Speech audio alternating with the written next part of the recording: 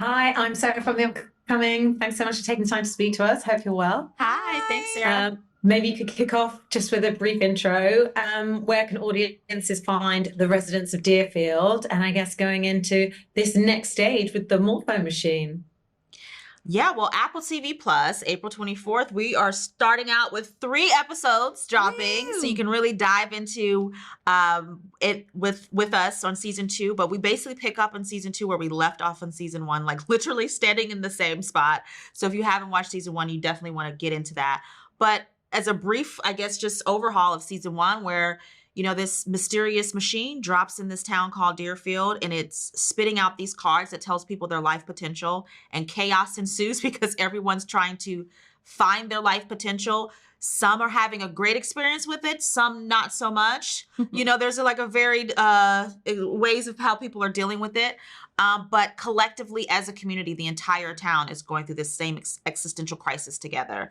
And where we find out in season 2 is that this one has a link to the machine some kind of way, or there's some kind of backstory that we're finding with these dots that we see at the end of season 1. Yep. So it's all a big mystery. Yeah, what can you tell us about Hannah's arc in this season? I guess learning a lot about her past, her context. We're going much deeper into the character. So what was it like playing that? Yeah, I mean, it's so much fun. I was just excitedly waiting for the first script of season 2 to come out, so even I could know what was happening.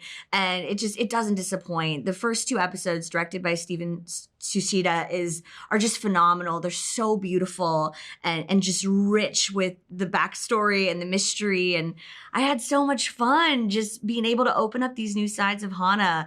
First season, she was very walls up. She didn't want to talk to anybody about who she was at all. And now she kind of has to. She's choosing to stay in this town. She's choosing to connect with these people. So it's fun to see her kind of awkwardly and uncomfortably have to peel back these layers of connection. So it's very fun. And Gabrielle for Cass. I mean, I guess when they first had their potentials come out of the machine, her and Dusty, it sort of felt like, oh, well, he was sort of content where he was, and it was Cass who was the one who was excited about exploring something else. But maybe there's a bit of a crossover happening now, and obviously they made this big decision to sort of see other people even though living under the same roof. So what's it been like working through that dynamic, and I guess seeing a different side to Cass in this season? I feel like she's on her next stage. I guess the season 2 is kind of the next stage. The machine asked us at the last episode, are you ready for the next stage? And that is the journey we're seeing everyone on.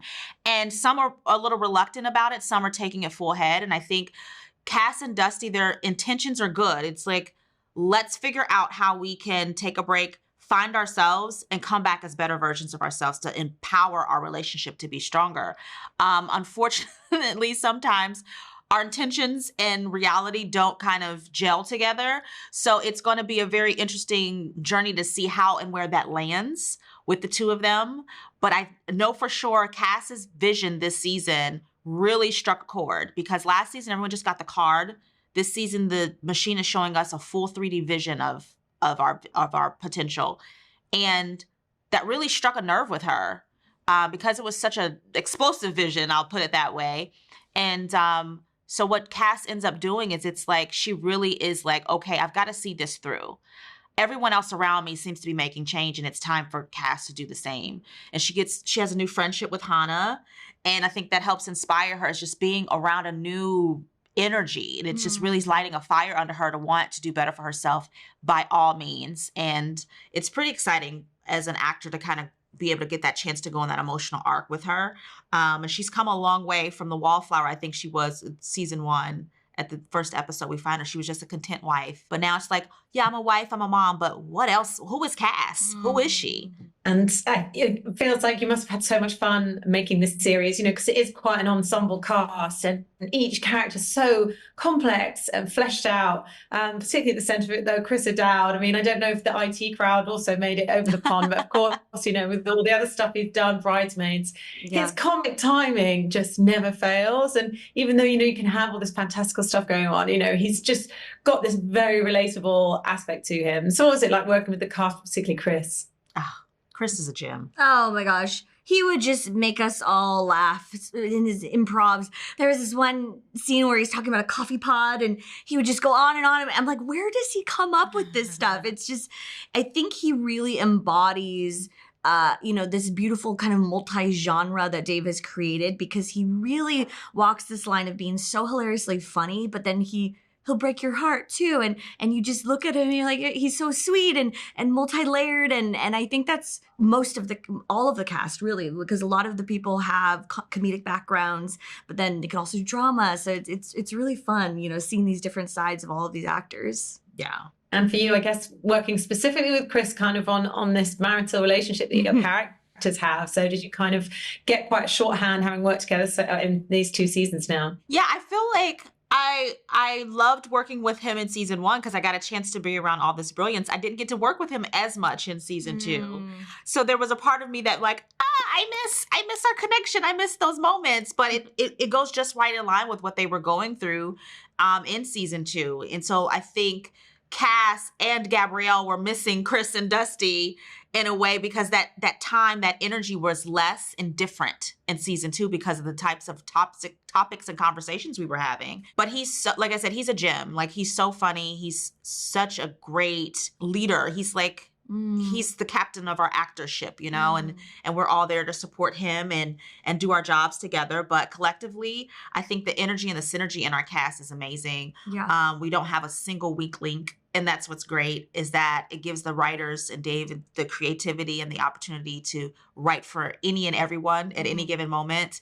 And that's why it's beautiful that the story can highlight different members of the community in each episode. And it's always still very interesting to watch. Yeah, and I think what I love about it is that it really manages to sort of, take us through all these really big, grand existential questions, even the audience sort of thinking to themselves, oh God, what if I had something else come out on a card? Would I blow up my life and completely change direction?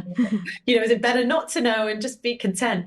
But it does everything in this very sort of light-hearted way. It's not going too dark like Black Mirror or something like that. So do you think that's what's really landed with audiences, and it's been a lot of fun to be part of the project for that reason? Yeah, I think you got to have the laughs to kind of hit these meaningful topics, because we're talking about change, we're talking about transformation of people, and obviously change is so hard and it can be painful. So you have to have those moments of levity to kind of balance it out. And I think that's kind of what people love about this show, and it makes you feel good, but it also will cause you to analyze your own life, which is fun to hear what people, are talking about it. Yeah, I got a little nervous, I think, at the first season, hearing how some people responded. Their gut reaction to it was, some of it was like scary. Some people really were frightened facing the questions that they had asked themselves after watching it. But then revisiting those conversations was like, it was scary at the beginning, but once I sat down and really started having those dialogues and with myself or family or whatever, it's the improvement upon your checklist of things that you want to do, because now it's like, I'm reanalyzing, and maybe I'm not on the right track, or maybe I need the boost to kick up the motivation to do whatever it is I'm doing. And that's what I love about the Morpho Machine. Allie and I tease that it's like the honest friend in your group that will tell you like it is, and show you things and tell you things that you may not want to hear because you're not ready, but you need to hear it. Because sometimes we all just need that push to go to the next stage, to better ourselves. And I guess also working with David West Reed, absolutely loved Schitt's Creek, which I know he did before this one. And it's really that same feeling of, it's quite like ordinary people, everyday things going about their lives, but you just really feel invested and you can really relate to them. So do you think a lot of sort of that feeling that comes through the show, it stems from him too? Oh, yeah. He does such a great job of creating Deerfield, the world, the characters. He's such a dream. I think he's just a master of character development and creating characters that are unique, but also just so relatable. And you saw that in Schitt's Creek, but you see that in this show as well, just how much specificity he has. but then weirdly so universal and so relatable. So, you know, he is the master of that, and he's such a kind person. And you can see that through his work too, just how much empathy he has for us as actors, but also the characters themselves. You know, you see that he cares about all of these characters individually and wants them to shine. Yeah, because I'm an actor who asks a lot of questions. And David is so good at finding some time in his huge schedule to really sit down and nurture those questions, and with care and tenderness, and it's, you know, as you spend this time with these characters, they become your little babies, and like you cradle them, and you become very nurturing and protective of them. And so it's nice to work with a showrunner and a producer and a writer and creator who cares just as much. So it's great when you're able to have these conversations about your character development with someone who really wants to hear your side, and it's collaborative, and who's caring and loving and just awesome. Yeah. Thank you so much for sharing that with me. And I just can't wait for everyone else to dive into the second season of the Big Door Prize. Thanks so much. Thanks you. for watching. Bye. Nice to chat to you. Thank you.